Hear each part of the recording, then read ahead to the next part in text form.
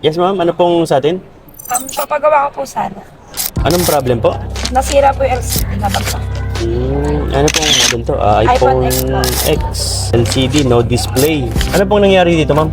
Nabagsak po. Then wala na po siyang display. Bigla na wala ng nag-blackout na lang. blackout. Oh, sige po. Kami na po ang bahala.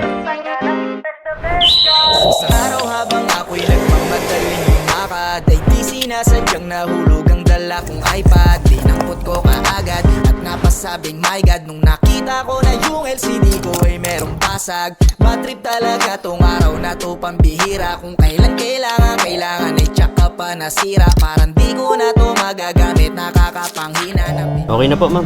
Thank you po. Ayos na po yung salamat po sa pagpunta sa Santa Mesa Spec City.